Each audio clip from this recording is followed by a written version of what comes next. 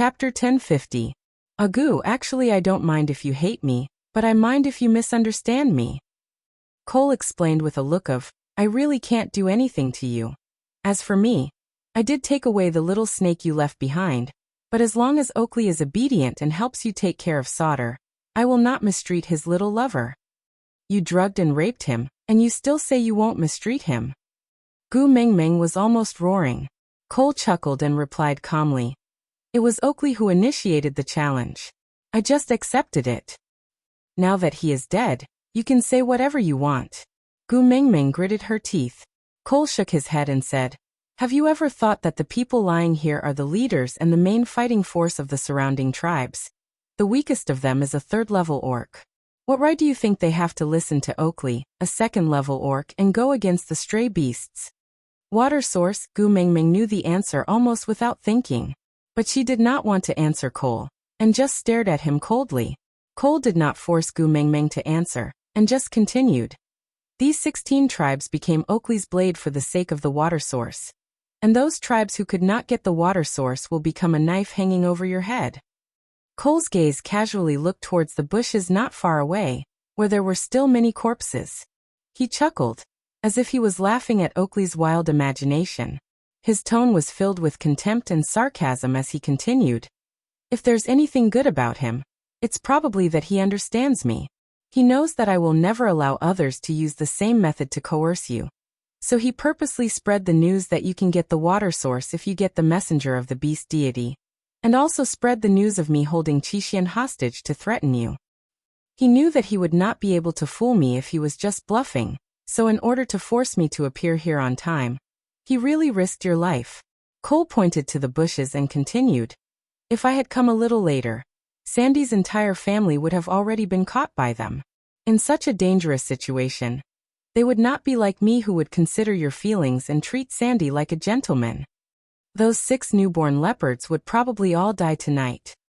Cole looked at Gu Mengmeng lazily and casually. He asked with a smile. If I pinched Sandy and asked you to change the well, based on your character, you would have dug it without hesitation, right? Gu Mengmeng did not say anything, but she knew he was right. As long as Sandy was fine, digging a well was nothing. Cole seemed to understand her thoughts and said, But have you ever thought about it? Once you dig this well, Sandy's family will become the target that the entire beast world will fight over.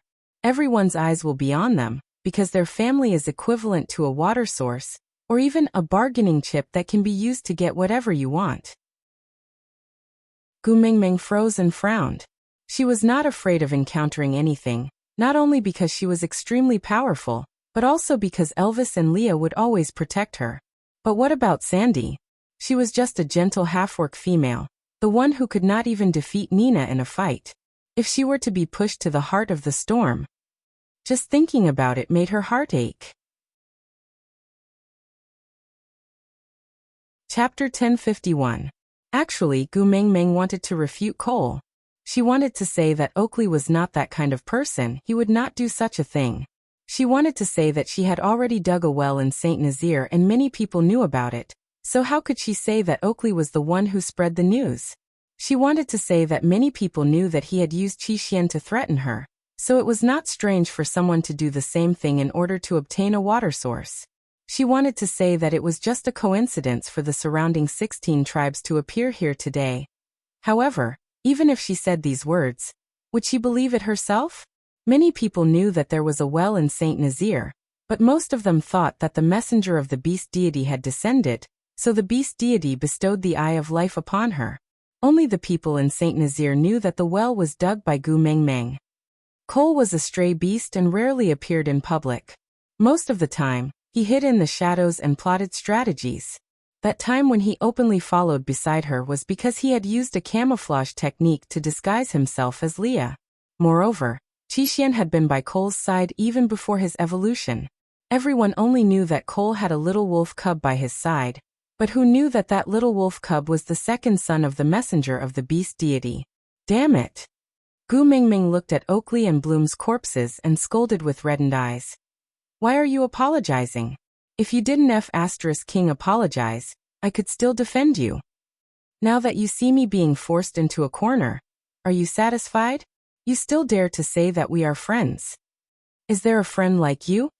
If only Oakley could keep up the act and not lose his rationality due to guilt, not daring to look at Gu Mingming, and even apologizing to her. Then, just based on Gu Mingming's animosity towards Cole, Gu Mingming could firmly say that she did not believe a single word of what Cole said now. No matter how logical his deductions were, she would not believe it. Even if he threw all the evidence in her face, she would not believe it. Because you are Cole, I will not believe anything you say. But Oakley and Bloom apologized to her before they died. Gu, I protected your friend. Cole grinned. So shouldn't you express your gratitude to me? Thank you. If you weren't holding Qixuan's life in your hands, I would really want to thank you properly. Cole obviously understood the meaning behind the word thank you. He shrugged his shoulders nonchalantly and said, Gu, I can't die now, just bear with it a little longer and hate me a little more. When I push you to the position that belongs to you, I will remove the connection between me and Qixuan. When that time comes, you can do whatever you want, alright? He sounded like he was coaxing his girlfriend who was throwing a tantrum. So fucking disgusting. Gu, I saved Sandy all for you. If you don't express your gratitude to me, then I can only ask for a gift from Sandy. You know, I don't like being owed anything. But I don't know if Sandy can afford to pay the stray beasts for saving her life. After all, she just gave birth not long ago. Gu Mingming's mind exploded. Natalie had once told her how stray beasts treated females. Chapter 1052. Cole held the tooth that was knocked out in his mouth, and did not spit it out. He just turned his face back and looked at Gu Mingming with a faint smile. Gu Mingming gritted her teeth and said, I thank you for saving my friend. Cole covered his mouth with his hand, and pretended to cough twice. He hid the tooth in his palm, and then spat out a mouthful of blood. Fortunately, he had spat out enough blood today and this mouthful was not too sudden. Then he still chuckled and said, You're welcome. Gu Mingming raised her leg and stepped on Cole's shoulder, flattening him to the ground. Then she looked down at Cole like a female bandit and said word by word, I thank you for saving Sandy, but I will first note down the debt of killing Oakley and Bloom. When I find a way to dispel the connection between you and Qixuan, I will definitely settle the score with you. Alright, I look forward to it. Cole did not struggle and just laid down to look at Gu Mingming. He laughed softly and his gaze was gentle. Gu Mingming stood up and kicked Bode. Can you stand up? Bode's injuries were not serious.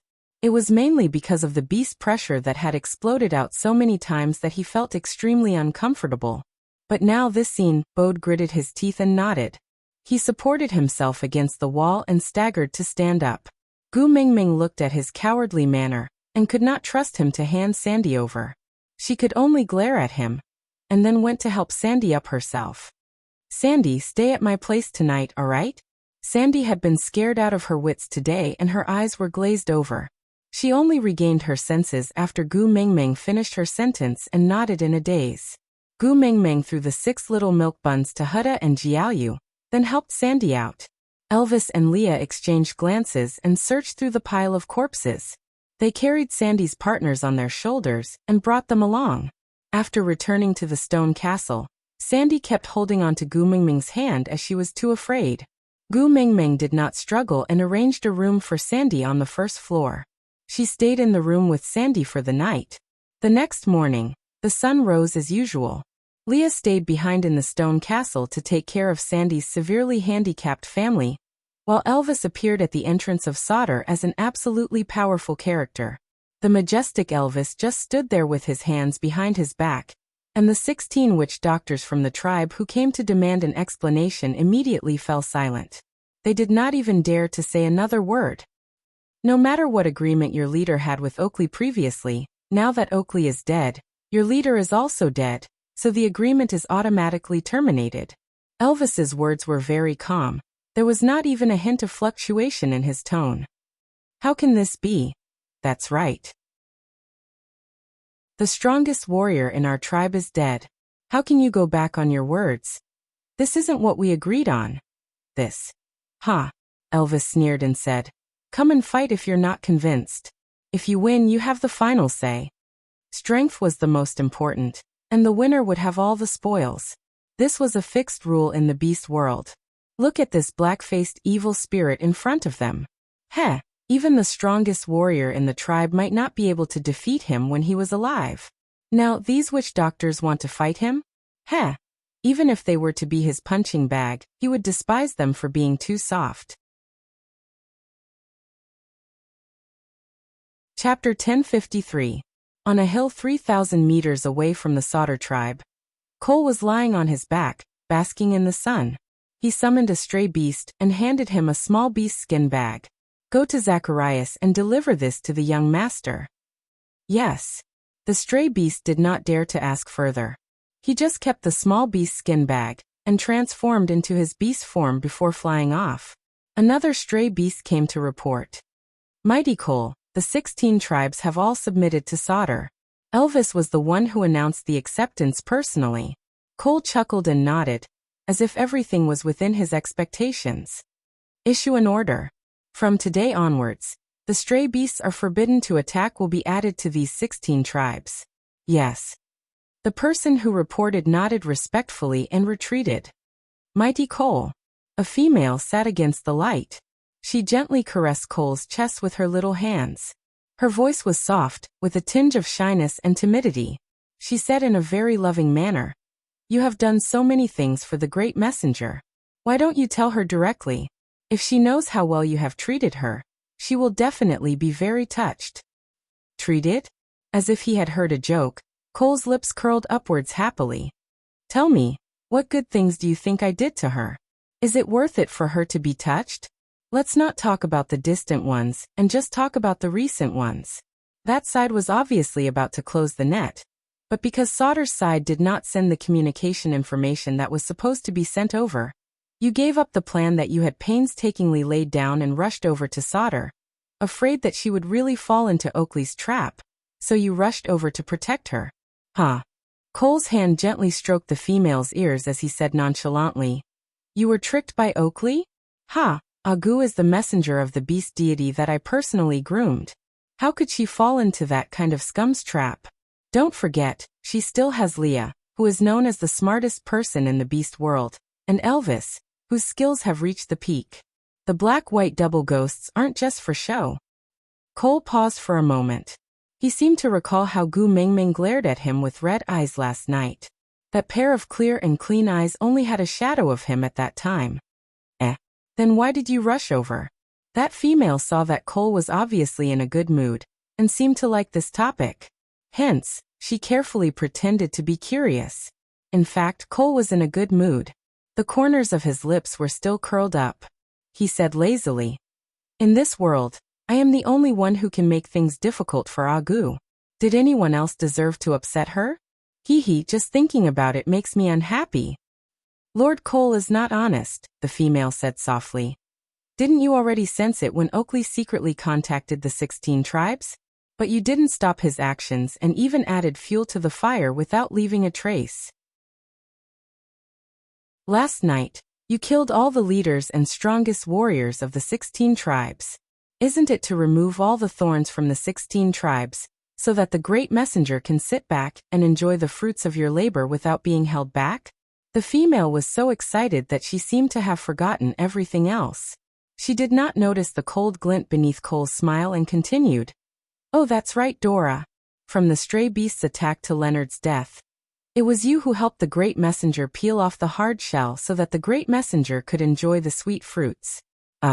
Cole. Great messenger. Out of topic. Alright, today's update is over. Another bunch of people had died. When I was chatting with the other authors yesterday, they said that their readers were anticipating the death of the male and female protagonists every day. I said the question my little baby asked me every day was, "Susu, how many more episodes does Cole have left?" I calculated with my fingers. I can't say it.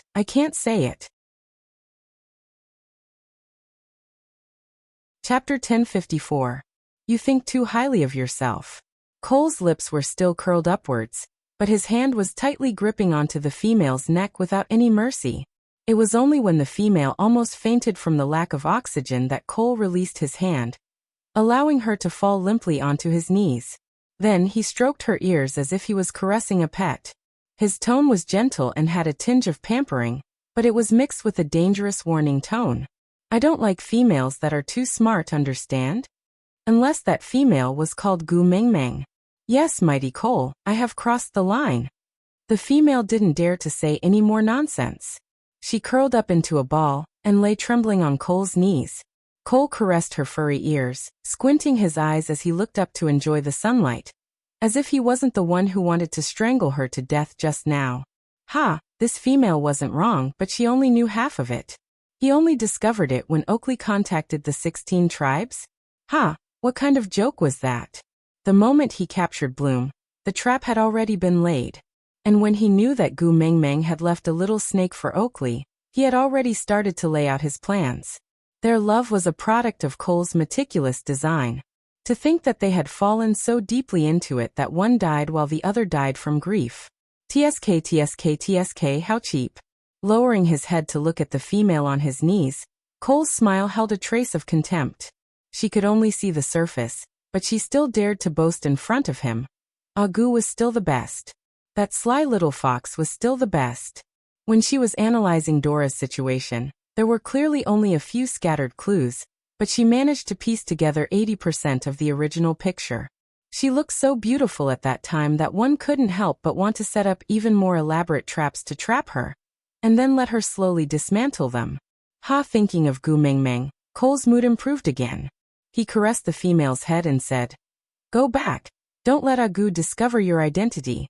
Otherwise, I am not a person who knows how to be protective of the fairer sex." Yes. The female felt as if she had been pardoned. She then retreated cautiously. Cole narrowed his eyes as he watched her leave. Then he gave a low laugh in exasperation. Why does Gu like half-orcs so much? He's obviously very lowly. On the other side, Elvis had settled the matters of the 16 tribes. The first thing he did upon returning to the stone castle was to hug Gu Mengmeng. I haven't seen her for the whole morning. I miss her so much. After taking 2 deep breaths of her scent, the exhaustion in his body was dispelled. How is it? Gu Mengmeng asked. Elvis placed her on his thighs and played with her soft little hands while answering. We followed Lee's instructions to distribute the order of drawing water. It's just that there are too many loopholes left behind by Oakley. Although the 16 tribes have submitted to us, the benefits involved cannot be underestimated. If we don't handle it properly, there will definitely be a huge mess. I think Leah is the only one who can handle this mess. Gu Mengmeng frowned. You mean we are going to stay in solder permanently? Elvis kissed Gu Mengmeng's forehead and said, Silly girl, we will only stay at the place you like. As for whether solder is chaotic or not, who cares? Gu Mengmeng facepalmed. What a willful Elvis. Chapter 1055. Gu Mengmeng turned to look at Leah. Leah swayed his tail and didn't say a word. He just cast his gaze to the side. Gu Mengmeng followed his gaze. Jiaoyu? Gu Mengmeng blurted out instinctively. Leah nodded. Qixian and Kanwu are already in charge of Zacharias. If Hutta and Jiaoyu are still treated like children by your side, they will probably feel very disappointed. Although they don't say it. Wolves are not animals that can be tied to one's side like dogs. Gu Mengmeng sighed. Children are no longer up to their mothers? Their wings have hardened at just 1 year old? She hadn't even enjoyed the times when her children hugged her thighs and acted coquettishly. But did she really have to tie her children up for her own selfish reasons? Just as Elvis had said, as long as you are happy, what's the big deal about raising a bunch of useless wolf cubs? Raising them until they were useless. Raising them until they were useless. You guys discuss it, I don't care anymore. Gu Mengmeng buried herself in Elvis's arms, not wanting to say anything else. Leah chuckled as he walked over and called Hutta and Jiaoyu to his side. After a brief discussion, the matter was settled. Solder had always been a turbulent place and Cole's power was deeply entrenched here. The newly joined 16 tribes were also unstable, and if they wanted to control the situation, they had to have the ability to suppress everyone. They had to be at least at the level of Elvis or Wabiai. But Gu Mengmeng liked Saint Nazir more than Sauter, so Elvis could not stay. Wabi was restricted by the seasons. He had to stay in the Snake King Valley during the winter and dry seasons, so he could not stay here either. Peter could come over to control the situation. He also had the ability to manage the tribe, but he had to take care of Natalie and the 6 little ones by himself. He could not do anything else. Moreover, Natalie only had one partner, Peter.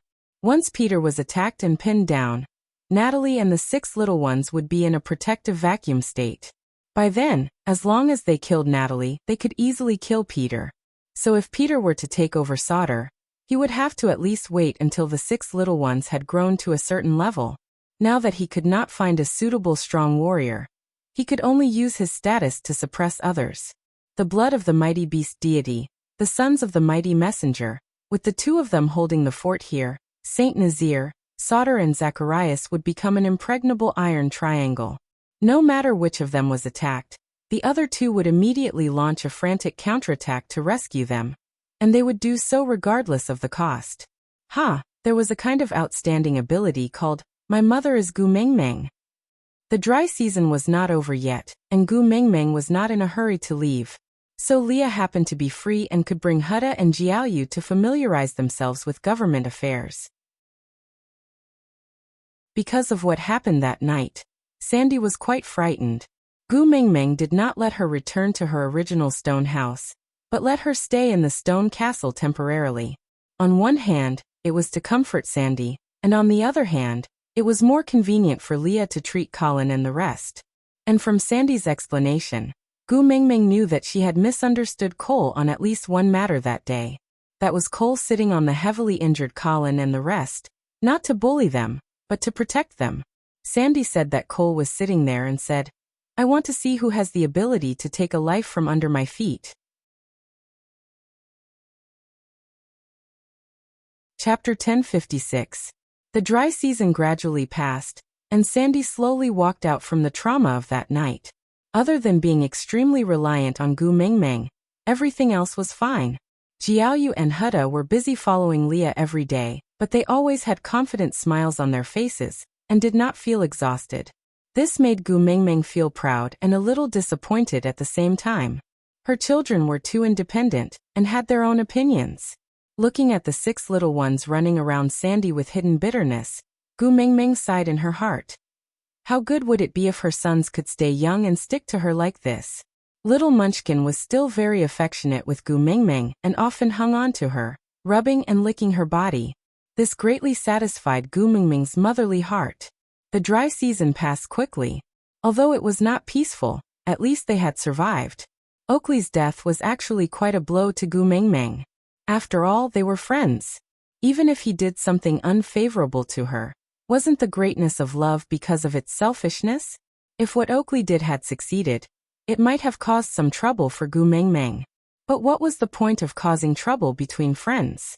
What made Gu Mengmeng the most unhappy was that he was clearly in trouble, but refused to seek help from her. He could only bear the burden of guilt and worry alone. If he was still alive, Gu Mengmeng would probably beat him up until he could not take care of himself and scold him. Then, let Leah treat his injuries and let Bloom take good care of him. Unfortunately, reality cruelly took away the ifs and only left the result. She wanted to beat him up and then forgive him. But he did not even give her the chance to do so. He just rudely left us sorry, and disappeared forever. The first rain of the rainy season announced the end of the dry season. The water sources of the various tribes gradually became plentiful, and the number of people coming to fetch water gradually decreased. In the end, Leah gave an order that Sauter's water wells would not be open to the public until next year's dry season. When Leah was free, he came back to play with Gu Mengmeng, and threw all the administrative matters to Hutta and Jiaoyu. The bunch of stubborn elders in the Elders' Council were surprisingly obedient, and none of them dared to find trouble with these 2 little wolf cubs. Instead, they all tried their best to assist them. Gu Mengmeng did not feel anything, but Leah lowered his head and chuckled. He thought to himself, "Are you afraid that you will become the next Oakley and be targeted by Cole?" Leah could understand at least 80% of what Cole was doing. He seemed to be forcing Gu Mengmeng step by step, but he was always pushing her towards the path that was most beneficial to her objectively. and even cleared away all the obstacles along the way. But this method, Gu Mingming would probably never accept it in her entire life. Elvis had been very busy recently, and did not have much time to accompany Gu Mingming as Colin's injuries were gradually recovering. Moreover, Elvis realized that Colin had already reached the peak of 3rd level. He must have accumulated a lot of battle experience before Cole arrived, and was just short of breaking through the bottleneck. Previously, because he was injured, he had to recuperate. Now that he had recovered, he had to immediately break through the boundary of level 3 and enter level 4. His combat power would increase exponentially. Colin himself was particularly enthusiastic. He didn't want to see Sandy curled up in the corner, shivering. It was still drizzling. It was already the 3rd day.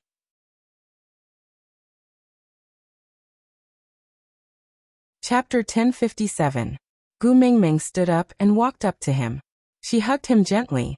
"Little shit, you are here?" Wabi was taken aback. He reached out and poked Gu Mingming's head. "Did something go wrong with you?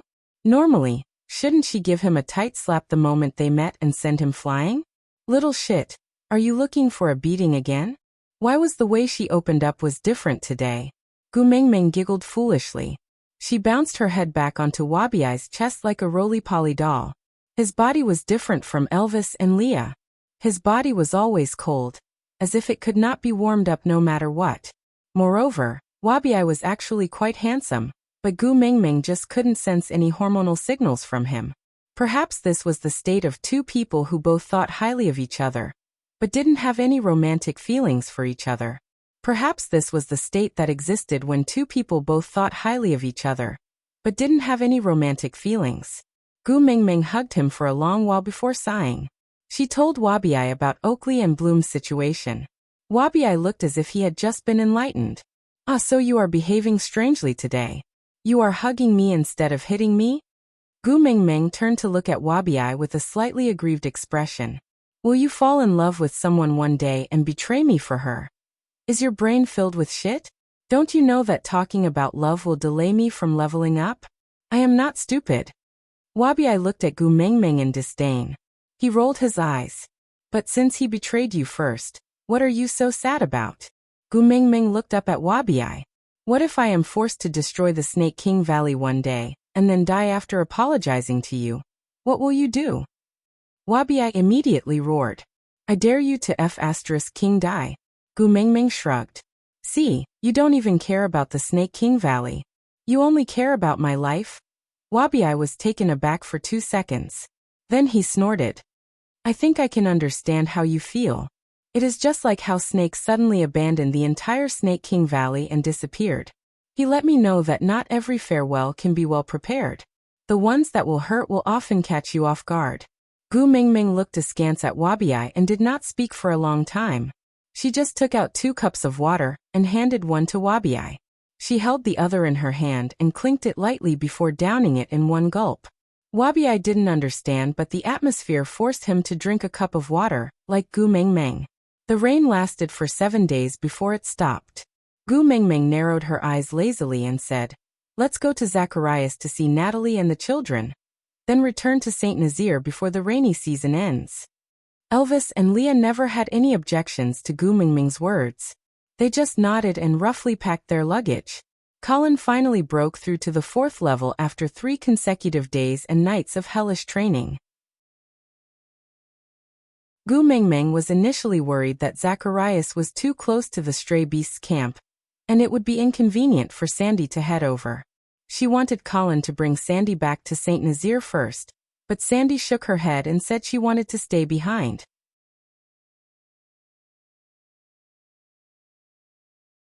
Chapter 1058. Gu Mingming didn't insist and just nodded. She hugged Sandy and instructed Colin to protect her well. Colin patted his chest loudly. Gu Mingming smiled in exasperation. He was already a 4th level beast, but his intelligence could never keep up with his strength. His stubborn attitude seemed rather reliable. Leah pulled Jiaoyu along to instruct him on some matters to take note of in the tribe, while Elvis called Hutta to the side and said, "Protect yourself well, don't make my female cry." Hutta's expression changed. Everything had been settled. The next morning, Gu Mingming and the rest left Sauter and headed towards Zacharias. Wabi instigated Gu Mingming to visit Snake at the beast deity's place, but Gu Mingming rejected him. She knew that Snake had been living well. Even if she didn't visit him, he wouldn't be lonely. Now she wanted to spend time with those who needed her, like Elvis, Leah, and Wabi. Moreover, Gu Mingming still remembered Elvis's words. He said that every time she went to visit the beast deity, he would feel especially uneasy. He didn't even dare to blink, afraid that she would never return. This feeling of worry must be unbearable. Gu Mingming didn't want Elvis to suffer such grievances. The rainy season was the beast world's best weather. It wasn't as hot and humid as the rainy season, nor was it as dry or deadly as the dry season. The wind at this time was slightly chilly, while the sun shone with a faint warmth. Walking between the heavens and the earth, one could see the radiance everywhere, making one's mood extremely good. When they reached Zacharias, they saw Peter at the side of the dirt strip. Both of them were a little surprised, but Peter was clearly much calmer. "Why are you here?" Gu Mingming spoke first. Peter replied, "This is the closest place to the stray beast camp. With me sitting here, they won't dare to act rashly." "You left Natalie alone?"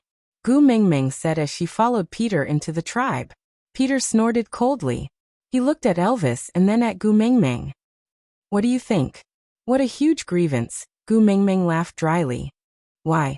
Natalie has a new lover and neglected you?" Peter exploded. Gu Mingming smiled awkwardly. Fabricating gossip about her own mother-in-law and telling it to her father-in-law. There was probably no other daughter-in-law like her. Peter was afraid that Gu Mingming would say something that would infuriate him to death, so he simply said, "The 6 little ones like to practice martial arts and hang on to him every day. Natalie just keeps running around those kids, and doesn't have time for me." Elvis sighed, then patted Peter's shoulder. Acting like a brother in hardship, he said, "I understand." Peter and Elvis looked at each other, sighing and shaking their heads. This father and son actually had an inexplicable tacit understanding on this matter. When he entered the tribe, Kanwu was fighting with someone. He was surrounded by a circle of people, but no one intervened. Qixuan saw Gu Mingming and the rest from afar but did not say anything. He just smiled at Gu Mingming. Gu Mingming sneaked over and hugged Qixuan, who was covered in furry wolf cubs. She then asked in a low voice, "What happened?"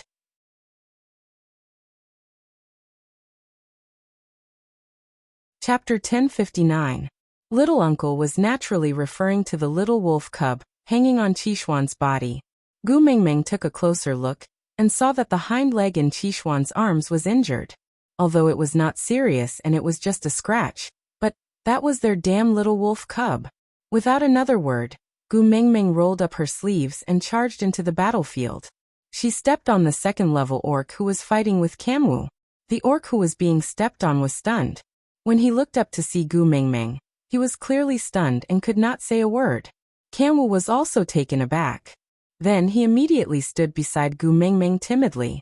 "Mother." Gu Mingming pointed at Kanwu's nose. "Scram to one side. I will settle the score with you later." "All right." Ever since Kanwu saw Gu Mingming teach Cole a lesson, he did not dare to talk back to her. Crestfallen, he ran to Qixuan's side and whispered, "Second brother, why didn't you warn me?" Qixuan was also very innocent. "I was thinking that if you could not defeat them, I would go up." Who knew that mother would suddenly charge forward? Great messenger. The orc who was being stepped on by Gu Mingming finally reacted. He stammered, "Why did you hit me?" Gu Mingming flexed her wrists. "You hit my sons, so I will hit you. If you are not happy, call your mother over and let her hit me." With that, Gu Mingming pinched the male's thigh hard. He howled in pain. Gu Mingming looked at the purple bean on the ground. "I heard that you took care of my children. This is a gift in return." As he spoke, he slapped the level 2 orc again, accurately knocking out one of his back teeth. Then he said, "Next time I hear you gossip, I'll pull your tongue out. Do you hear me?" The male covered his face and nodded. Then he asked pitifully, "What do you mean by gossip?" Gu Mingming rolled her eyes. She retracted her foot and turned to walk away. She hooked one arm around Kanwu's neck and used her index finger to flick Kanwoo and Qixuan's heads. Didn't I tell the two of you that when fighting a tiger, blood brothers will fight together? The opponent is a level 2 beast. Why don't the two of you attack together? What if I suffer losses? I'm being lectured. The two brothers lowered their heads and obediently admitted their mistakes. Mom, we know we were wrong. Elvis carried Gu Mingming and pulled Kanwoo out from her arms, throwing him to the side. This kind of challenge is always one-on-one. It's against the rules for two brothers to fight against one. Gu Mingming exploded. What do you mean by not following the rules? I am in charge of Zacharias now. I am the rule. My rule is not to let my son suffer any losses. Elvis chuckled. Then why did you show mercy just now and not kill him directly? Gu Mingming smacked her lips and said, I'm not a homicidal maniac who would want someone's life just because of a little conflict between kids. Elvis rubbed Gu Mingming's head and kissed it, saying dotingly, tough mouth but soft heart. Burke knew that Gu Mingming had arrived and hurried out to welcome her. However, he stopped 10 steps away and looked at her radiant smiling face under the sunlight, as well as her happy partners, one in black and one in white, beside her. Even the snake beast, which was emitting a sinister aura, felt warm because of her presence. As for him,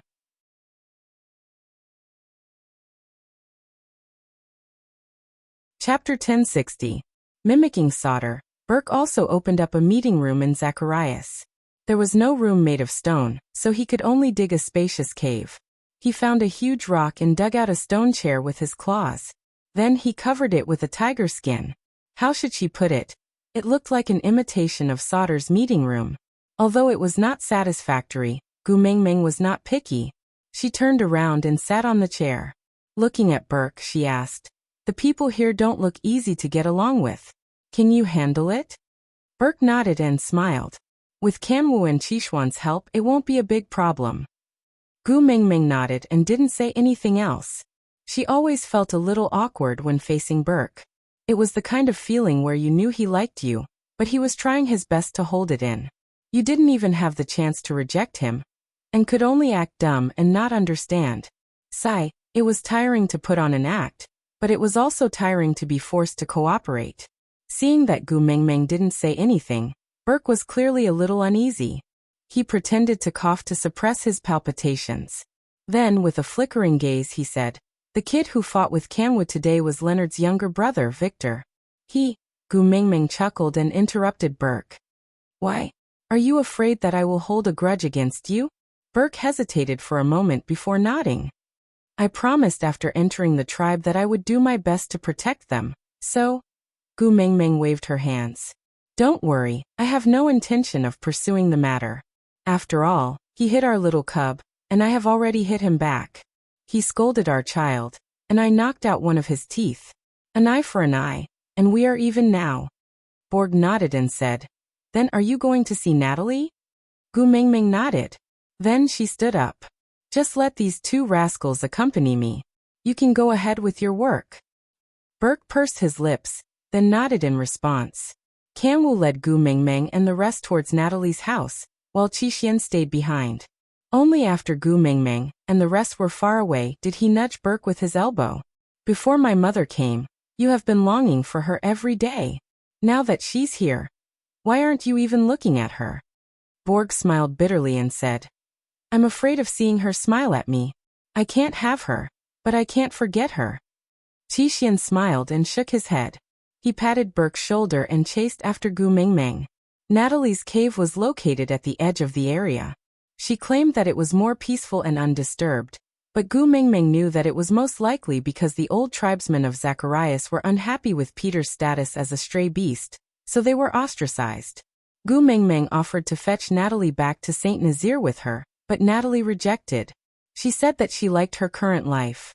She could be with the person she loved, and could also help Elvis take care of Kanwoo and Qixuan.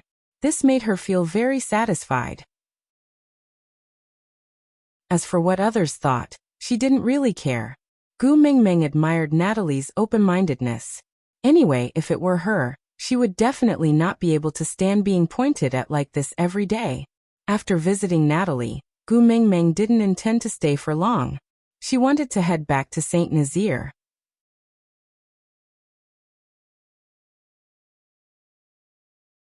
Chapter 1061.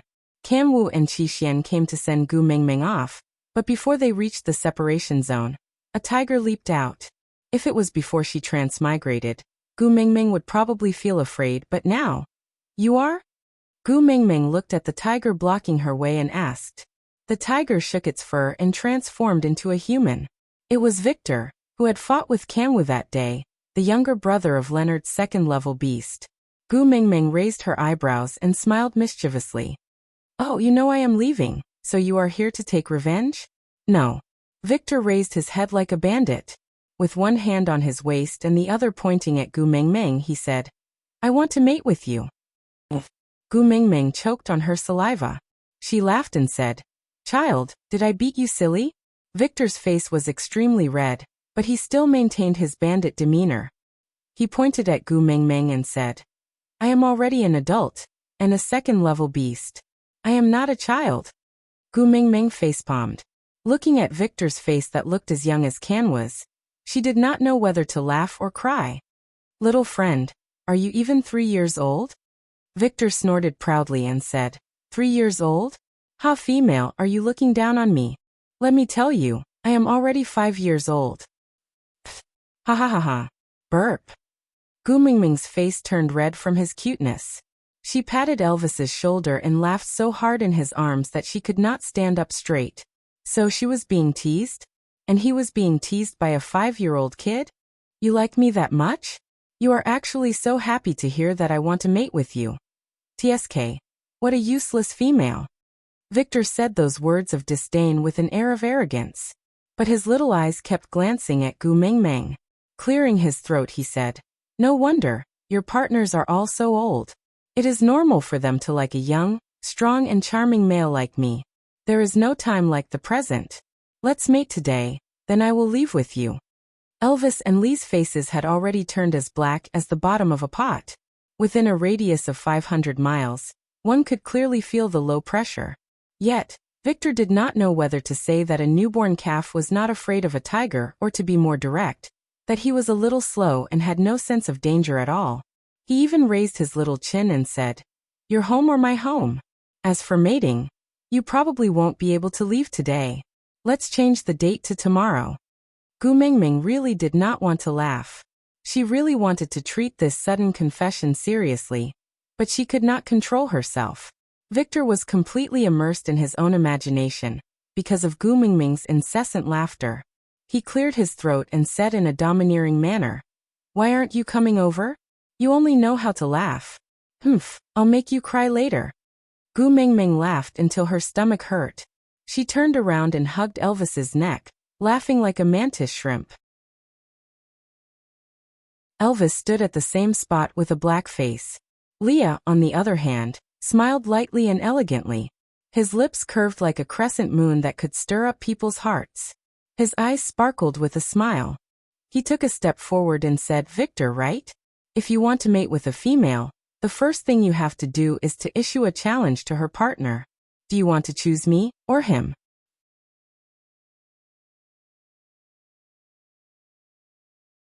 Chapter 1062. The corners of Lee's lips were still hooked up, and the smile on his face was even more radiant and gentle. Those who knew him well knew that this meant that he was even angrier. Turning his head, he placed his index finger on his lips and looked at Gu Mingming seductively. Mingming, can he mate with you without a challenge? Gu Mingming was still laughing and could not straighten her back.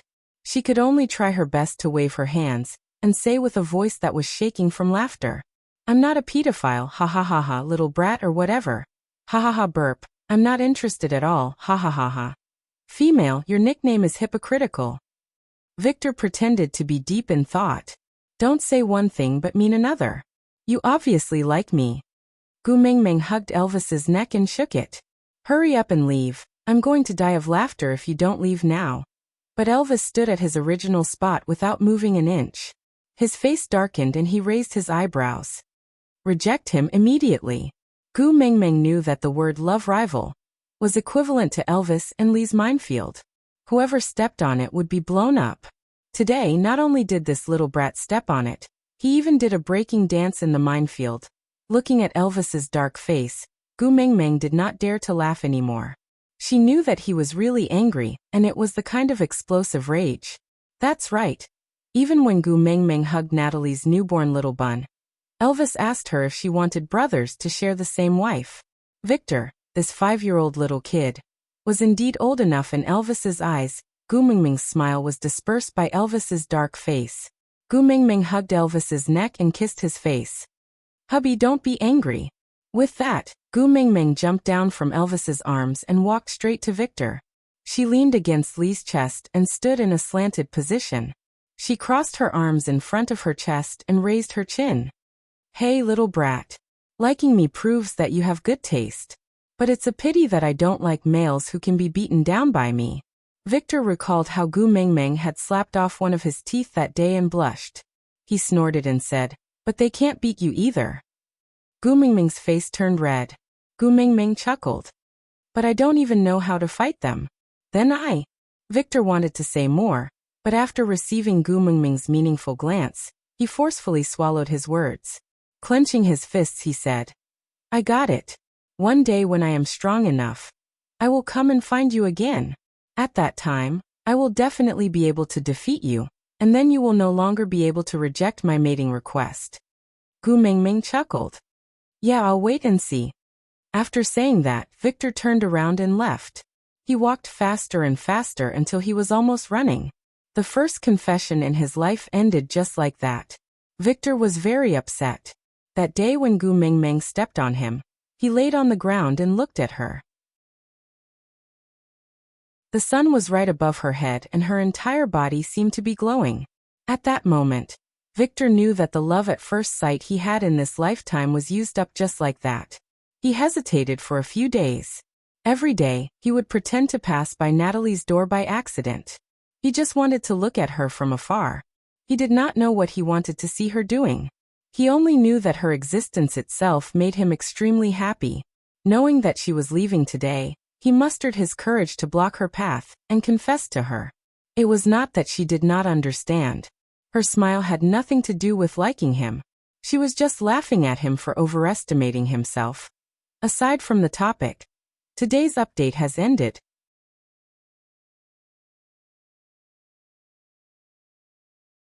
Chapter 1063. How could he not feel the dangerous aura emanating from Elvis and Leah? He was just suppressing the urge to run and risking his life in exchange for a result. In the end, he understood Gu Mengmeng's gaze. She was saying, "Hurry up and leave, you will die if you don't." He might as well just die. Being saved by the female he liked in such a way, he might as well die in a mating battle. After Victor ran far away, he was stopped by someone. The people who stopped him were none other than Kanwu and Qi Xian was just watching the show, leaning against a tree trunk without saying a word. He was here because his mother said, "Fighting a tiger is a brother. You cannot let your younger brother suffer." "Victor, I treat you as my opponent, but you actually want to be my daddy." Without a second word, Kanwu directly punched Victor's face. Victor was a second-level orc. It was easy for him to dodge Kanwu's attack. Dodging with a sidestep, he suppressed the frustration in his heart and said with the air of a senior, "Don't mess around, you can't beat me." Victor's pretentious words made Kanwu even angrier. Without a second word, he transformed into his original form and charged forward.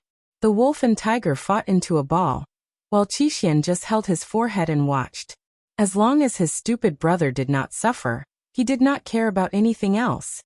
He was now thinking about more important things such as, if someone passed by, how should he pretend not to know the two beasts who were fighting so miserably? After letting Victor go, Gu Mengmeng turned around and met Li's long and narrow eyes. His slender and bony fingers hooked Gu Mengmeng's chin lightly, and with a cold smile in his eyes he said, "You promise me that if there's a male you like, you will tell me in advance and allow me to eliminate him." Gu Mengmeng laughed dryly.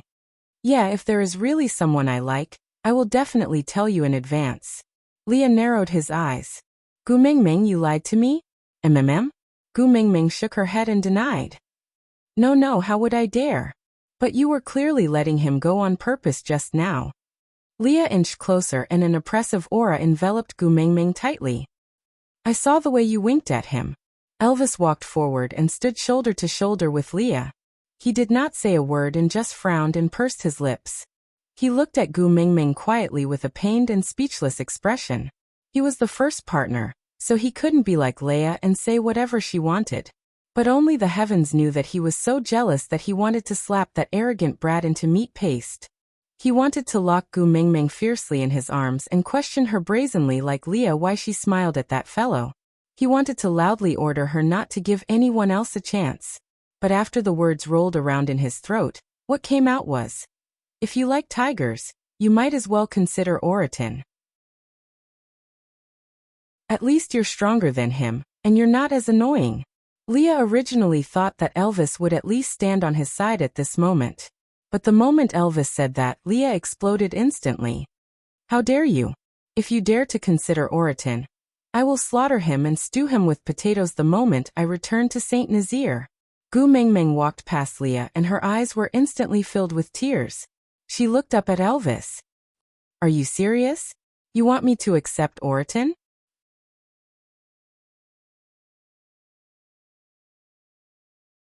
Chapter 1064. Elvis, you have no conscience. Gu Mingming said as she punched Elvis's chest. She did not use much strength, and it was light as a feather. After a few punches, she pounced into Elvis's arms and sobbed. You can't wait to push me to someone else? Are you sick of me now? You don't like me anymore, right? Sobs, sobs, sobs. Elvis, you have a change of heart, haven't you? He was beaten and misunderstood, but he was not angry. She behaved like a child in his arms. She clearly knew that he could not do anything to her tears, but she still squeezed out a few drops of tears to fake her tears and force him to give in. The heaviness in his heart suddenly lessened. Not because of anything else, but because at this moment, she was in his arms. Heaving a sigh of relief, Elvis hugged Gu Mingming in his arms and said, My heart hasn't changed. Can I dig it out for you to see? Gu Mingming blinked and shook her head, saying, I won't allow you to hurt my husband. Elvis smiled bitterly and tapped Gu Mingming's little nose, saying, I can't hurt your husband's heart. The only one who can make his heart ache is you. Gu Mingming wiped her tears and softened her voice, saying, I won't do anything to make my husband's heart ache. When you look at other males, your heart hurts. When you smile at other males, it hurts too. You have to accept other males. Just thinking about it makes you feel so much pain that you wish you were dead. Elvis said. Gu Mingming's little hand gently touched Elvis's chest. Her soft fingers had a gentle power that slowly seeped into Elvis's chest, as if it was really comforting the pain in his heart. Pouting, Gu Mingming said, I won't smile anymore. I won't smile in front of others anymore. Don't hurt. No. Elvis kissed Gu Mingming's brows and said, You still have to smile, because I will hurt if you smile, but if you don't smile, I will die. He did not forget how depressed Gu Mingming was when Snake just died, and how torturous his life was when she did not smile. But you can only stay in my arms. This was his final bottom line. He could not back down. Gu Mingming chuckled and kissed his lips back. Silly hubby, I have nowhere else to go other than in your arms. Elvis's heart felt like it was being scratched by a cat. Nowhere to go? How could this be? She was so beautiful, so dazzling, someone that the whole world desired. Everyone wanted to be her home. As for her, it wasn't that she didn't have a choice. She just said that she had to have him. The gloominess in Elvis's heart completely dissipated. He pinched Gu Mingming's little face and said, All right. If you have somewhere else to go in the future, I might consider tearing this world apart, so that you have nowhere to go except for my embrace. Gu Mingming chuckled and kissed Elvis on the cheek. Yeah, your title as the leader of the Husky Demolition Team is not just for show. I believe in your professional abilities. He did not know what nonsense she was spouting, but just looking at her smile, he could not help but laugh along with her.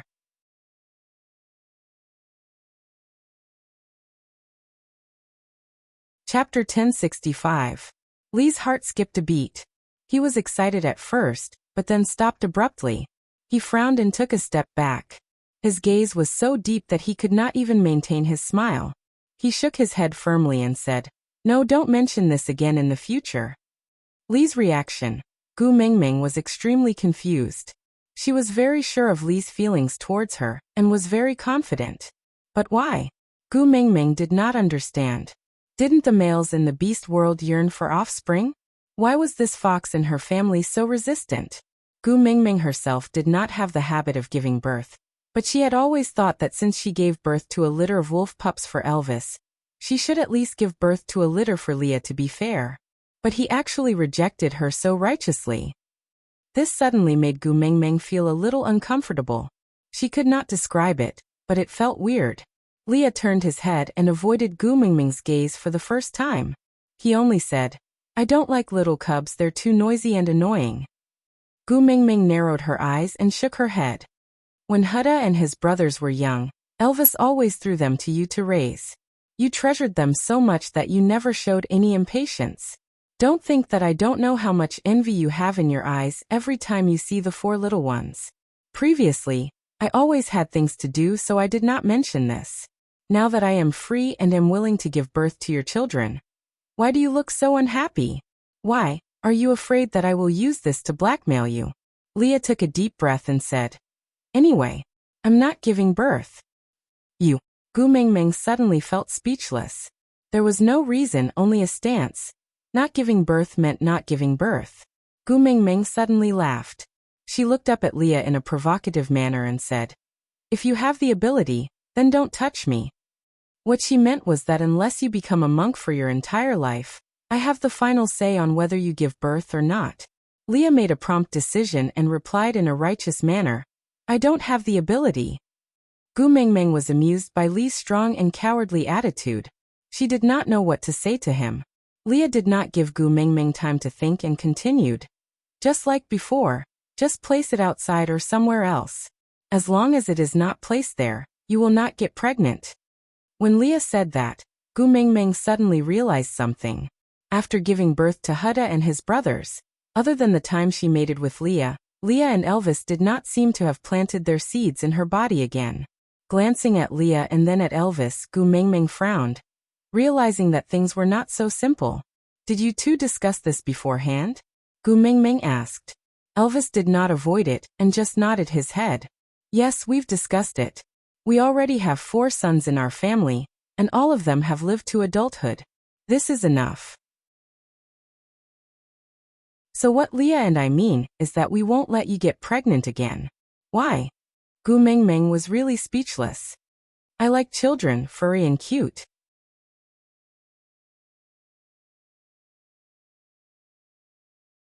Chapter 1066. Gu Mingming decided not to walk anymore. She took 2 steps back and stood opposite Elvis and Leah. She squinted her eyes and sized them up.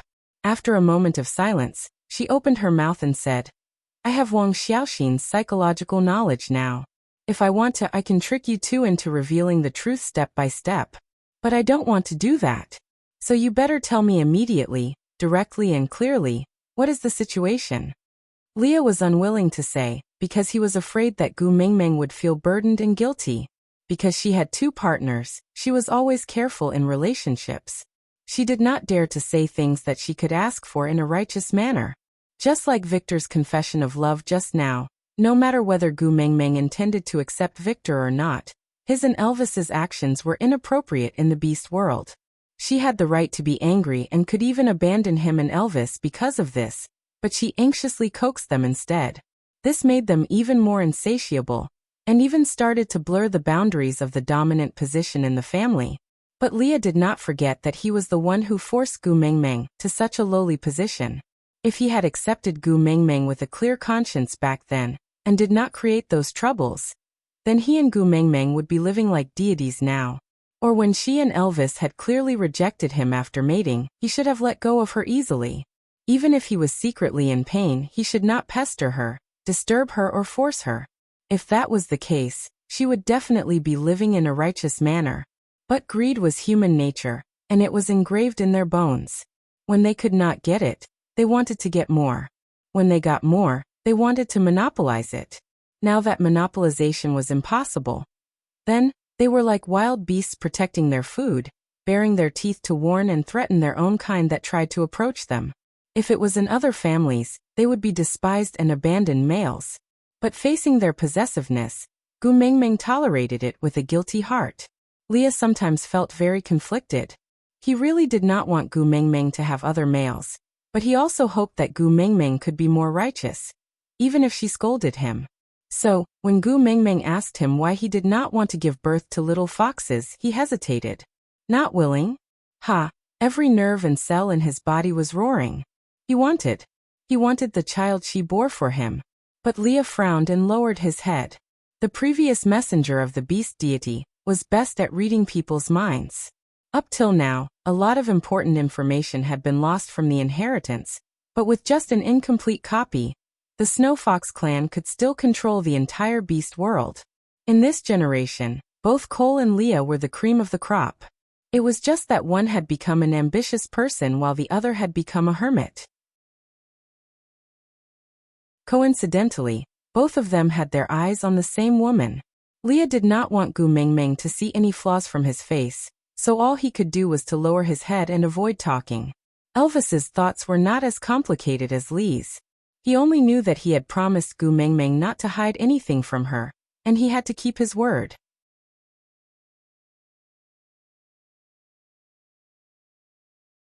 Chapter 1067. Gu Mengmeng was taken aback and did not know whether to laugh or cry. The things that she could not understand, no matter how hard she thought about it, became clear in an instant. It was not that complicated at first, but she was the one who worried for nothing. So you guys did not let me get pregnant because you felt sorry for me? Gu Mengmeng chuckled. She laughed at herself for forgetting the pain after the scar healed. She was in so much pain when she gave birth to Huda and his brothers, but now, she only remembered that it was quite painful. But how painful was it? She could not remember at all. Perhaps when she was giving birth to the 4 brothers, she had really shouted that she did not want to give birth anymore, but now, she could not remember it anymore. Gu Mengmeng shook her head and opened her arms to hug him. Elvis pulled her into his arms and rubbed his face against her neck intimately, satisfied with the fullness of having her in his arms. Gu Mengmeng was such an existence to Elvis. She did not need to do anything, but her presence could fill his heart to the brim. Gu Mengmeng pulled Li's hand and smiled gently. I have the powers of a beast king now. Even if you cut me open and dissect me, I might not die. Giving birth to a child is a piece of cake. Leah felt very helpless. He had struggled for a long time and did not want to say it, but Elvis had said it out loud so easily. So he was the best candidate to be the first partner. As for himself, he might never be able to be as calm as he was in front of Gu Mengmeng. He was not afraid of Gu Mengmeng knowing anything. As for himself, no matter how hard he tried, some thoughts were stuck in his mouth. Pinching Gu Mengmeng's little hand, Leah chuckled. You won't die, but you will be in pain. Elvis and Leah had the same thoughts. They had both seen Gu Mengmeng giving birth with their own eyes. Even now, Elvis could still taste the blood in his mouth. It was as if a basin of rusty water had been poured into his windpipe. That feeling was unforgettable. Usually, when his Xiaoming's hand was pricked by a wooden thorn, he would feel as if his heart was being smashed by a stick. And that night, Gu Mengmeng's blood flowed like a river, and she was in so much pain that she wished she was dead. That scene had really shocked them. They knew that they did not have the courage to go through it again. If they saw Gu Mengmeng in so much pain again, they would probably go crazy. Gu Mengmeng's gaze reflected the sunlight and landed on Li's face. She smiled peacefully and said, But if I don't give birth to a nest of cubs for you, I will feel very regretful. She gave Elvis Huda and his brothers, and also gave Elvis the title and status of the first partner. But other than a mark on her ear, Leah had nothing else. Leah sighed. If the reason that Gu Mengmeng mentioned was about him, he could use a sentence that he had long prepared. I don't need cubs to brush her off.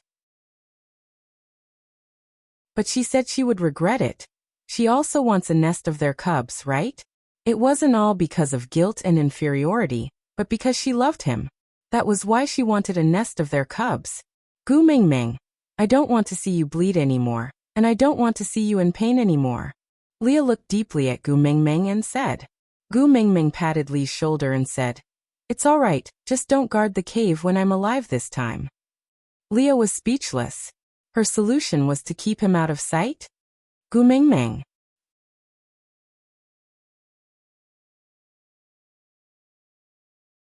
Chapter 1068. Previously it was Elvis, this time it was her. She did not even change her lines. Even though he knew that she wanted to act, Leah was still willing to cooperate. If she wanted to hear it, he was willing to pour out his heartfelt words into her ears every day. There is a scar on my heart, where the sky once fell. If you cut open my chest, you will realize that the scar is very special. There are only 5 words: I don't love you anymore. Gu Mingming's heart shrank as if it was being scratched by a cat. She knew better than anyone else who said, I don't love you anymore. Pursing her lips and not saying a word, Gu Mingming's eyes met Li's long and narrow pupils. She was sucked in by his deep love and could not move an inch. Leah went forward and kissed the tip of her brows lightly, whispering softly, a body of pure white fur established my holy and noble childhood. I was once a child blessed by the gods. I stood at the most dazzling place under the sun and was worshipped by people. I also once fell into hell because of hatred, killed hundreds of demons, stepped on other people's bones to climb up, becoming the most evil existence in this world. However, from the moment I met you, I was empty. He placed Gu Mingming's little hand by his lips and kissed it gently, looking up at Gu Mingming, continuing, That's right, I said I was empty. I emptied my body and emptied my heart. There is no good or evil, only you. In my name, I swear to the beast deity, from today onwards, only you are my God, my life, my everything. Leah repeated the oath he made back then, still full of deep love. His long and narrow eyes were full of infatuation, gently but firmly entwined around Gu Mingming, not leaving a single gap.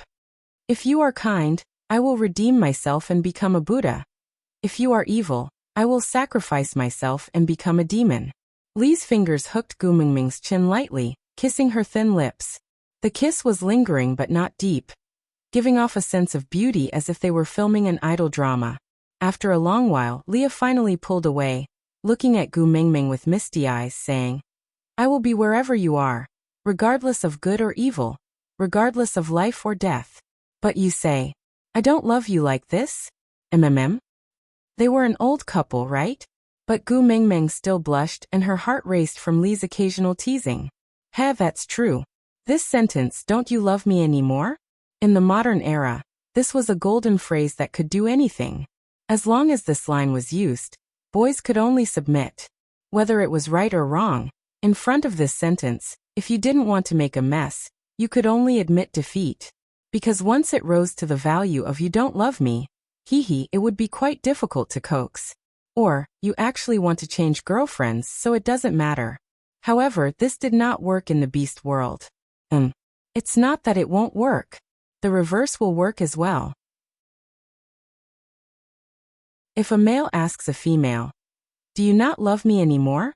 It was much more reasonable in the beast world. Gu Mingming facepalmed. She had to end her pretense even if she had to die. So he cleared his throat and forced himself to say awkwardly, You used to love me very much. You agreed to everything I said. Now, I'm just saying that I want to give birth to a nest of little foxes, but you're not willing. Clearly, you don't love me anymore, so you think I'm troublesome. Leah chuckled and said, Do you really want a nest of little foxes? Gu Mingming nodded her head heavily, showing her determination.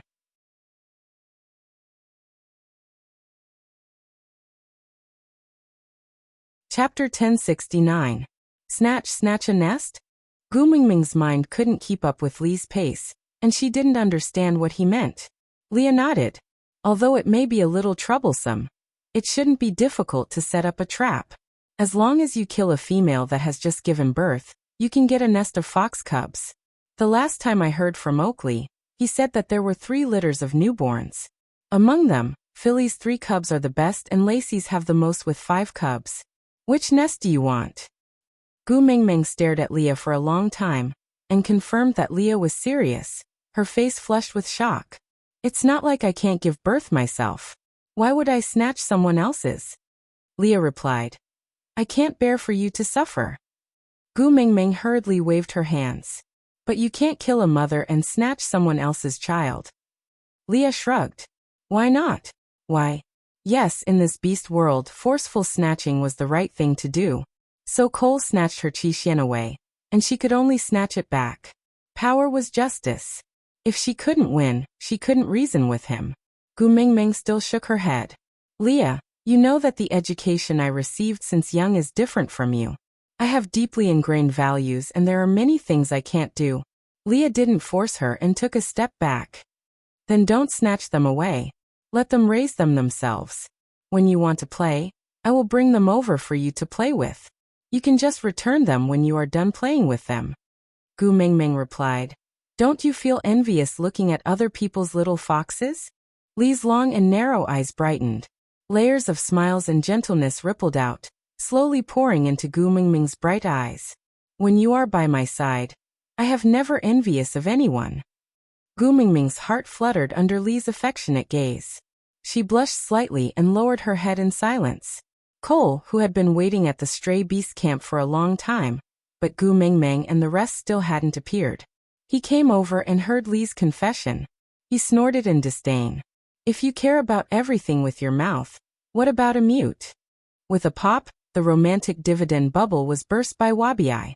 Gu Mingming sighed and shook her head in exasperation. You're an old bachelor. What do you know? I am only over 800 years old this year. You are the 10,000-year-old bachelor. Wabi and Gu Mingming would feel uncomfortable if they did not exchange a few words. Gu Mingming wrapped one arm around Elvis's neck and the other around Leah. She said, I have a partner, I can't afford to be a bachelor. Wabi gritted his teeth. Great, Gu Mingming found another point to mock him. Damn it, if I had known earlier, I wouldn't have been so talkative. What a waste of time. Wabi pretended not to hear Gu Mingming's provocation. He swung his tail impatiently. Are you leaving or not? What? Are you going to spend the night here? Look, the isolation belt is less than 10 steps behind you. Even a snail can walk faster than you. Before Gu Mingming could say anything, Elvis spoke up. I met with some trouble just now, so I was delayed for a while. Wabi immediately became alert. He looked around. Did Cole find trouble with you just now?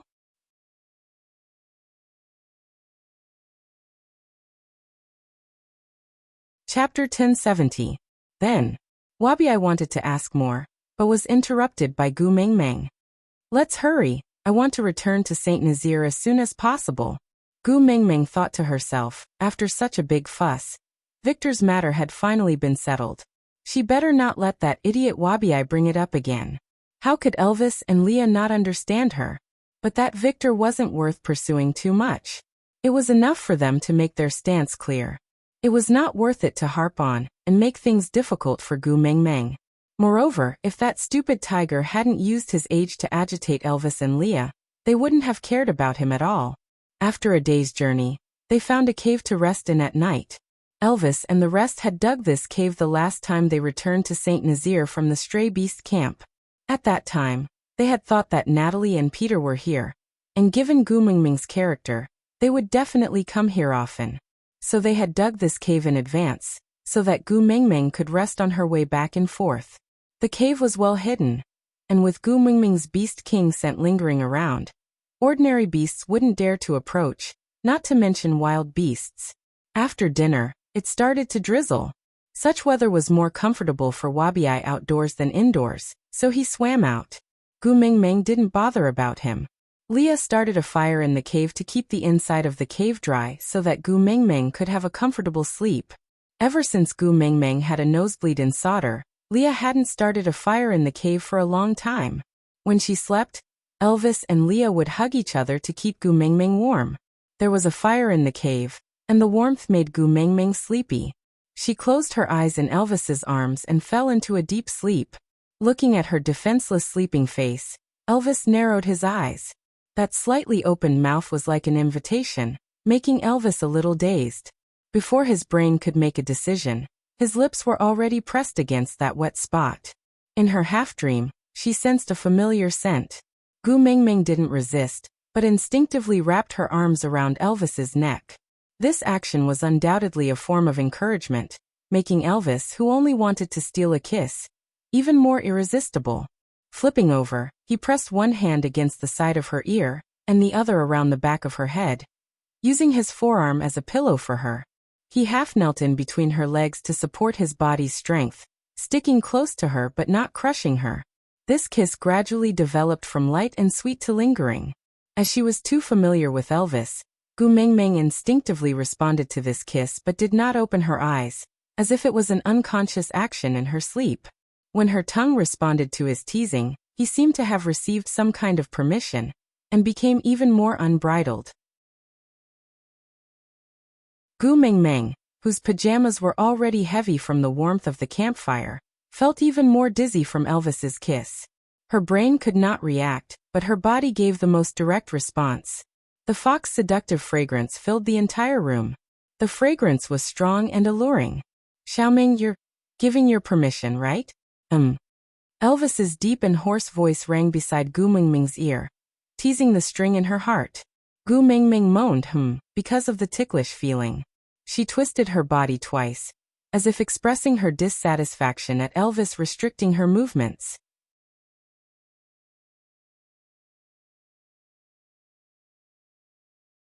Chapter 1071. Elvis had not started eating for a long time, and so was Leah. But, I will go out and guard for you. Leah stood up with much difficulty, fighting with his rationality and desire. Elvis also knew the reason why Leah gave up on joining when he was in the throes of passion. He was afraid that Gu Mengmeng would pester him to mention the little fox again, so he avoided her alone. After all, if Gu Mengmeng really wanted to pester him, how could he and Leah resist her? But you can't hide from her forever. Leah paused his steps with much difficulty. He did not turn back, afraid that he would pounce on her, so he said, "Bear with it first. We will talk about it after she forgets about it."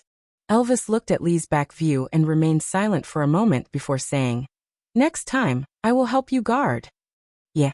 Leah still walked out in the end, even though every step was difficult, and he was in a pathetic state. But it was better than enduring the fire burning his body. It was better than watching her suffer so much just to give birth to a nest of spoiled cubs. Sitting at the entrance of the cave, Leah looked up at the sky and smiled bitterly. "I told you before, it's enough for us to have one fox in our family, but you just won't listen, so naughty." In the cave, the atmosphere became even more intense after Leah left. Elvis caressed Gu Mengmeng's hair lightly and called out gently, "Xiaomeng, open your eyes and look at me, yeah?" Yeah. Gu Mengmeng was already awake, but her eyelids were so dry that she was unwilling to open them. Women were just so strange. She would not have any thoughts before experiencing it, but after experiencing it, her body would start to have needs. Moreover, the more wonderful the experience, the better her body would be developed, and the more sensitive and eager she would be towards certain things. Elvis's comfort had long ignited Gu Mengmeng's body. It would be a miracle if she could still sleep peacefully. Wrapping her hands around Elvis's neck, Gu Mengmeng turned around and laid on his chest. She rubbed against his neck in a coquettish manner, her little hands caressing his collarbone, and the tip of her tongue lightly licking his Adam's apple. Elvis's throat tightened and he instinctively swallowed his saliva, his Adam's apple bobbing up and down. This small response made Gu Mengmeng feel like a child who had stolen a fruit, and was especially interested in this moving candy. Her half-asleep body was even softer than usual. She laid on Elvis's body as though she had no bones and rested her head on his shoulder. Her entire body was emitting a seductive fragrance, and her body temperature was slightly hot, making Elvis's internal organs feel comfortable. The little person who was causing trouble did not open her eyes. Her small mouth wandered between his neck and chin as if she was tasting a delicacy. She nibbled and kissed, making his chin full of saliva. However, he was reluctant to pull the little person away from his body. The itch in his heart was unbearable, but he damn enjoyed the torment. Ha! Gu Mengmeng was born to torture him. "Hubby," Gu Mengmeng called out softly. Elvis's bones completely melted when he heard her. He breathed heavily beside Gu Mengmeng's ear and gently bit her earlobe, asking softly, "MMM? What do you want me to do?" Gu Mengmeng bit Elvis's chin, and did not use much strength.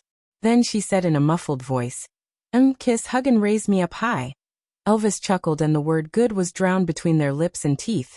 The ground was full of flowers. The ambiguous flowers blossomed. Out of topic.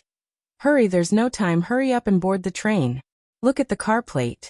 4927792773. After boarding the train, look for the administrator to check the tickets. Babes with more than 800 fans can enter the VIP cabin and enjoy the special treatment of overflowing meat fragrance. Note: this train is not heading to the kindergarten. Please do not sneak onto the train if you want to go to the kindergarten. This train is not heading to the kindergarten. Please do not sneak onto the train if you want to go to the kindergarten.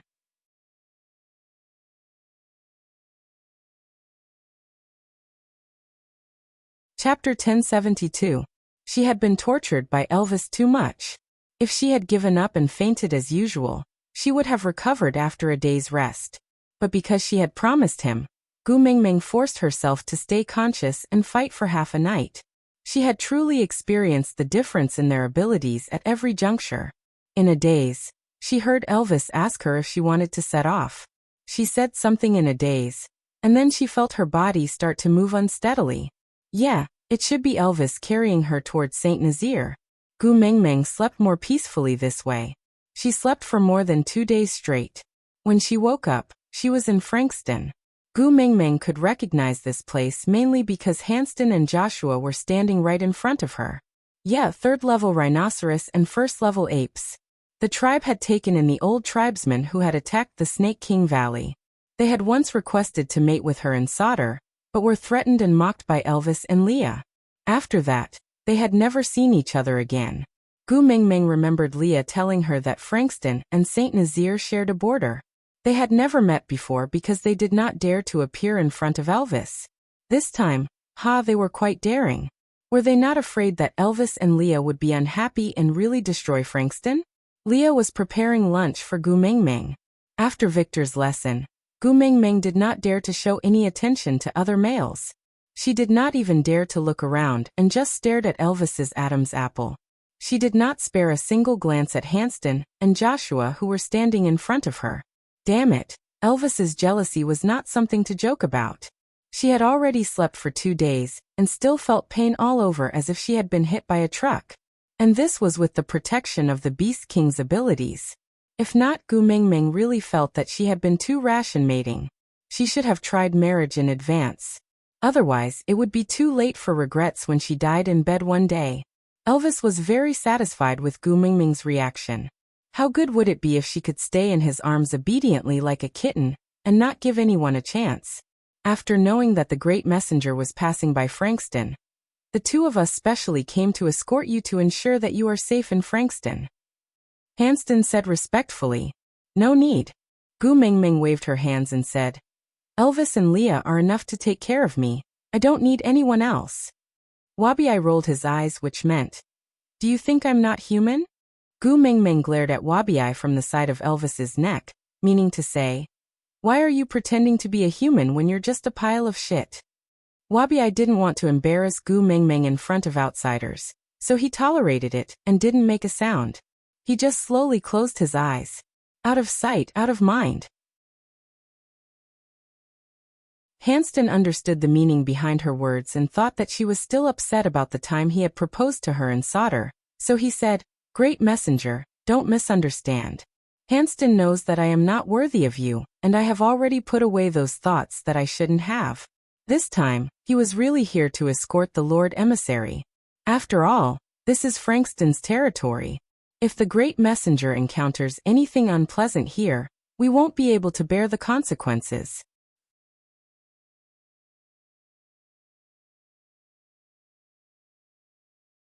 Chapter 1073. Joshua could not withstand the silent stare of a 5th-level orc like Elvis. His heart was beating so fast that it was about to jump out of his chest.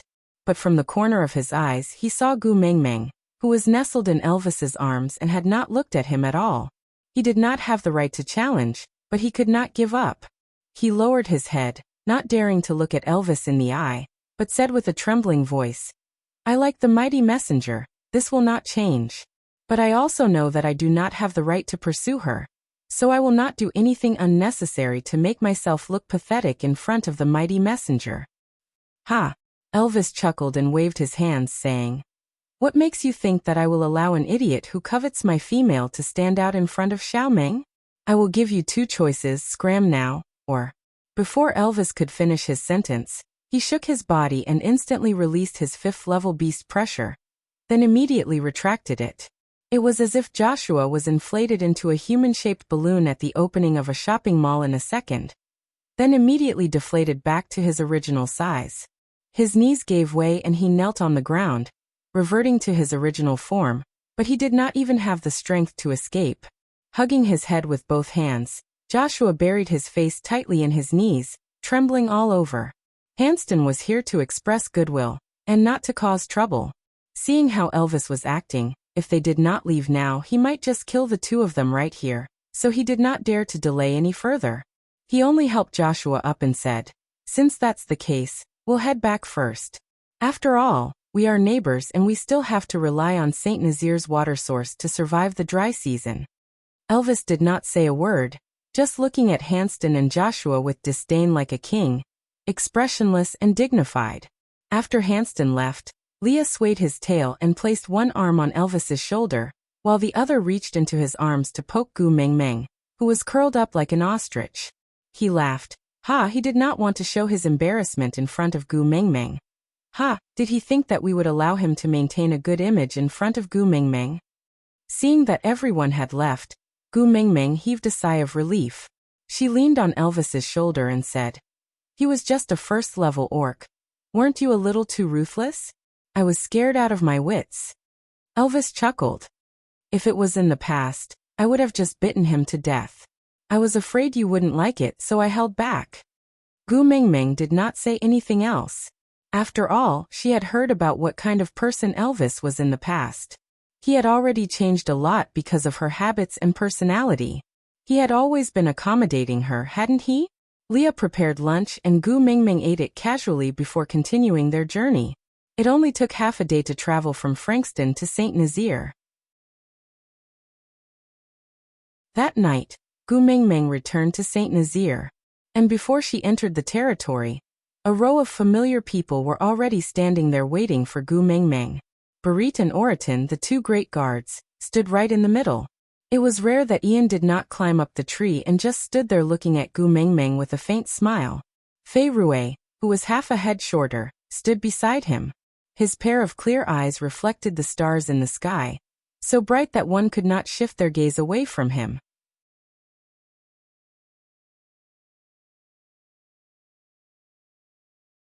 Chapter 1074. Oriton was much more at ease, or perhaps it should be said that his naturally paralyzed face was too perfect. Even if he had any emotions, he would hide 95% of them, so no one could tell whether he was happy or sad. He just cleared his throat and asked, Have you guys eaten dinner? Gu Meng Meng shook her head and said, I knew you were waiting, so I came back to eat with you. Oriton was obviously taken aback. Then he frowned slightly and said, I have already prepared the prey for you. Today I am not eating. I will only help you cut the meat, start the fire and wash the cutlery. Oriton was not eating? Not only was he not eating, he was also watching from the side. Was he torturing himself? Seeing that Gu Meng Meng was not saying anything, Oriton clenched his fists and said, I am not eating tomorrow either. Gu Meng Meng was so stunned, a foodie actually changed his nature? Seeing that Gu Meng Meng was still not saying anything, Oriton frowned and clenched his fists tightly, as if he was enduring an extreme pain and shouted, I am not eating the day after tomorrow either. 3 days is the limit. I cannot tolerate any longer. If you are still not appeased, just let your partner fight with me. Gu Meng Meng. She had clearly said from the start that she deliberately did not eat dinner today, so that she could eat with him. Did she look like she was very angry? How cruel was it to deprive a foodie of the right to eat? Why would such a kind and gentle person like Gu Meng Meng do such a heavy thing? Wasn't that right? Gu Meng Meng covered her mouth and chuckled, saying, Are you apologizing to me for leaving Sauter without saying goodbye? Oriton didn't say anything. He looked away guiltily, then nodded his head slightly. Gu Meng Meng tilted her head to look at Barit and said, What about you? How do you intend to express your gratitude? Barit's lips pressed into a straight line. He lowered his head and said, I betrayed you. I should go to the platform of the deity's punishment. Gu Mingming did not express her opinion. She just said to Elvis, I am hungry, let's go home first. We will talk after eating. Elvis did not care about the four of them at all. He just walked past them and returned to the entrance of the cave, putting Gu Mingming down. This was their habit. Every time they returned home, they would definitely put Gu Mingming down at the entrance. Then Gu Mingming would hold their hands and return to the cave. It had been a long time since anyone had lived in the cave, so there was a thick layer of dust. Elvis took out a beast's skin and laid a thick layer on the ground. He then placed Gu Mingming on the cushion and kissed her forehead before returning to the cave to tidy up. Leah started a fire in front of Gu Mingming and set up a stone pot. Without standing on ceremony, he took the meat Oriton had prepared, changed the knife, added some seasonings and started cooking. From the moment the fire was lit, Oriton's eyes never left the wok. Barit walked to Gu Mingming's side and sat beside her. He did not dare to look at her and just sat there quietly. After a long silence, he finally opened his mouth and said, This time, I won't be able to survive. Gu Mingming tilted her head and looked at Barit, asking, This is your way of compensating me? Barit nodded and said, Other than this life, I have nothing else. So, I can only offer this life to the beast deity to wash away my sins. Gu Mingming chuckled and said, You did something wrong to me, shouldn't you be apologizing to me? Why did you give it to my father? Barit looked at her. He did not understand what Gu Mingming meant. Gu Mingming asked, You don't want this life anymore, right?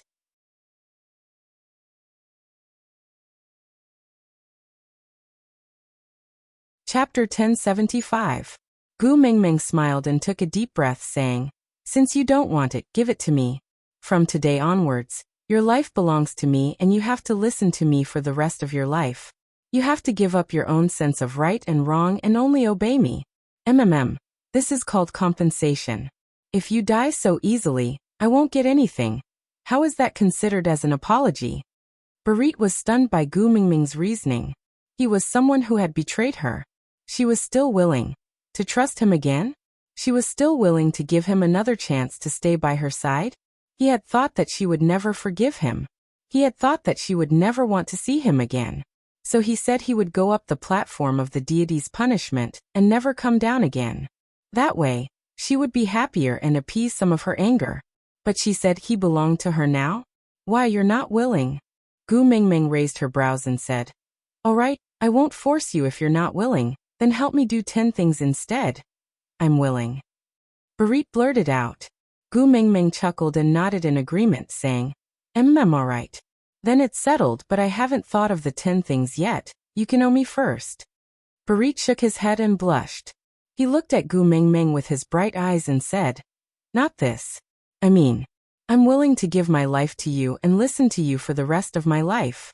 I don't have my own sense of right and wrong and only obey you. I'm willing. Actually, Gu Mingming had purposely said that to scare him.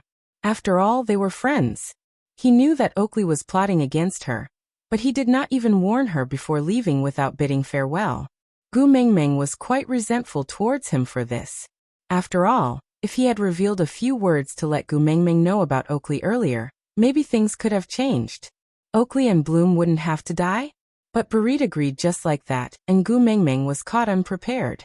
Laughing dryly, Gu Mingming patted Barit's shoulder and said, Actually, you just didn't report what you knew. It's not a crime worthy of death, and you don't need to throw away your entire life. Barit's expression stiffened. He retracted his gaze and lowered his head to look at his own shadow. He slowly asked, You actually don't want to see me anymore, right? It's okay, don't force yourself. I don't deserve to be forgiven.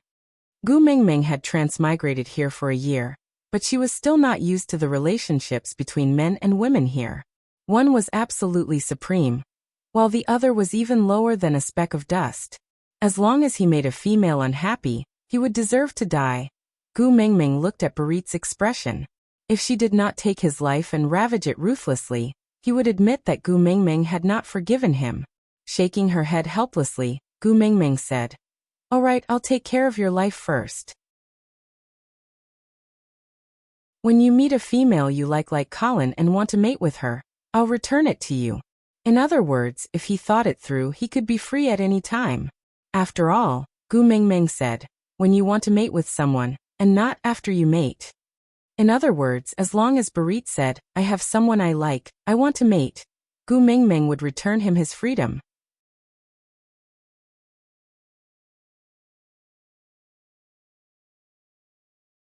Chapter 1076. From the first time he saw Gu Mengmeng, Barit had already set his eyes on this female. At that time, Elvis had wrapped her in a huge piece of beast skin, and he did not even see her face. He only felt that the smell on her body was especially nice and different from all the other females. The first time they met, she raised her hand and slapped a male. This kind of action was very common in the beast world. Males would not even feel anything wrong when they were slapped, and would only care if the female's hand hurt. But even so, he was still attracted to her. Because the reason she slapped someone was not because the male did something bad, but because the male liked her after smelling the scent on her body. Usually, females would feel that their vanity was satisfied, and they would scold them symbolically. But he had never seen anyone really get angry like she did. Maybe, it was that slap that shattered the defense in his heart, so he could not help but be curious about what she was doing. What was she thinking? What would she do next? Then, her reaction surprised him time and time again, and he could not take his eyes off her. In this life, the craziest thing he had done was probably helping her escape. The most glorious thing was going up the platform of the deity's punishment for her. But ever since he knew that she was the messenger of the beast deity, Barit clearly knew that it was impossible for him to be with her in this lifetime. He was not worthy of her, wasn't he? After that, she mated with Elvis, and even someone like Leah had to put in a lot of effort before he finally got the upper hand. He could see everything about her clearly, and he knew better than anyone else that her heart was already fully occupied by Elvis and Leah. No one could come between them anymore. Those two would not give any other males any leeway. If he wanted to stay by Gu Mengmeng's side, the only way was to bury his love deep in his heart and let it fester and fester. He did not know when it started, but the 3 words Gu Mengmeng had become Barit's everything. How could he still talk about mating with other females now? The only one he wanted to mate with would never accept him, right? It was already good enough that he could protect her. Giving this life to her was also considered as belonging to her, right? This belonging was already a gift. He didn't dare to hope for more. Gu Mengmeng did not know how many things Barit was thinking about. She just tilted her head and said, "There's something that I have always wanted to ask." Barit collected his thoughts and looked at Gu Mengmeng, waiting for her to continue. Gu Mengmeng asked, "How did Oakley convince you and Oriton back then? You don't seem like someone who would abandon me so easily." His heart was touched. He had clearly betrayed her, but she was still willing to believe that he would not abandon her so easily. Taking a deep breath, Barit said, "Oakley told me everything. I sympathized with him and Bloom, so I agreed to his plan."